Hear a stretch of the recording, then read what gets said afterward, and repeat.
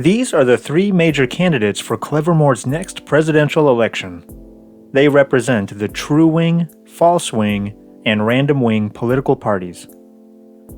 And these are the only 5 people who voted in the election. Each of the voters casted a single vote for one of the 3 major candidates, one of whom was elected to power by receiving more votes than either of the other 2. The true wing candidate and anyone who voted for that party always tells the truth. The false wing candidate and anyone who voted for that party always tells lies.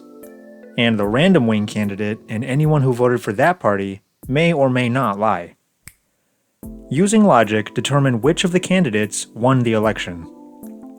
Consider the extent of your task carefully, it's a tricky one, and pause the video now to solve the puzzle yourself.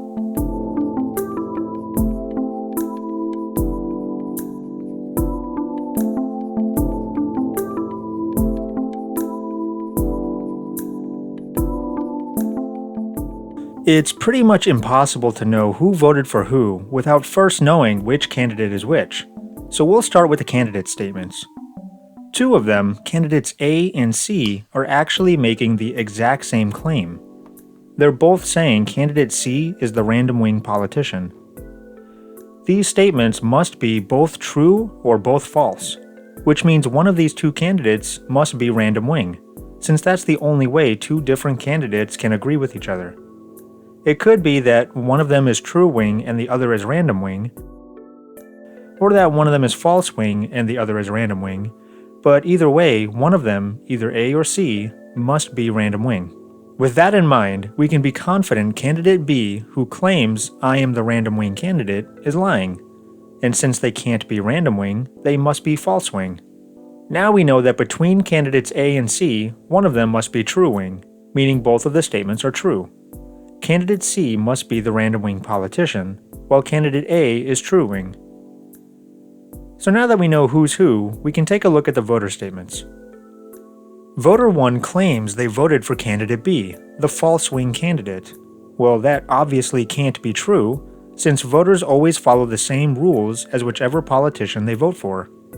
If someone voted for the false wing politician, then their statement needs to be false. That means voter 1 is lying, so the only other candidate they could have voted for is candidate C, the random wing politician. Now let's look at voter 5's statement. I didn't vote for a candidate who's telling the truth. The 2 candidates who are telling the truth are candidates A and C. So this statement can be simplified to I didn't vote for candidates A or C, which can be further simplified to I voted for candidate B.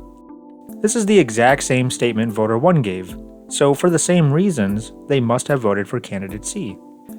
Now let's look at voter 2's statement. Voters 1 and 5 voted for different candidates. We know this is a lie, so they must have voted for either candidate B or C, but we can't be sure right now which one. Let's move on to voter 4. I didn't vote for candidate C. If this is true, then they must have voted for candidate A, the true wing politician. Otherwise, if it's false, then they must have voted for candidate C.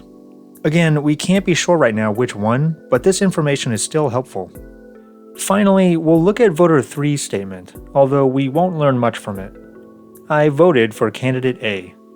This could be true, in which case they must have voted for candidate A, but it could be false, in which case they could have voted for either candidate B or C. We really can't narrow it down at all, but that's okay. The rest of the puzzle would have been impossible had we been tasked with deducing every voter's specific vote, but all we have to do is conclude who must have won the election. It's given that one of the candidates did receive more votes than the other 2, which means that candidate must have received at least 3 votes. With the information we have now, there's only one candidate who has the potential to have gotten 3 votes, candidate C, the random wing politician. If persons 2 and 3 had both voted for candidate B, for instance, then we know person 4 would not have voted for candidate A, or the result would have been a tie between B and C. Since we know the election did not end in a draw, we know person 4 would have voted for candidate C in that case.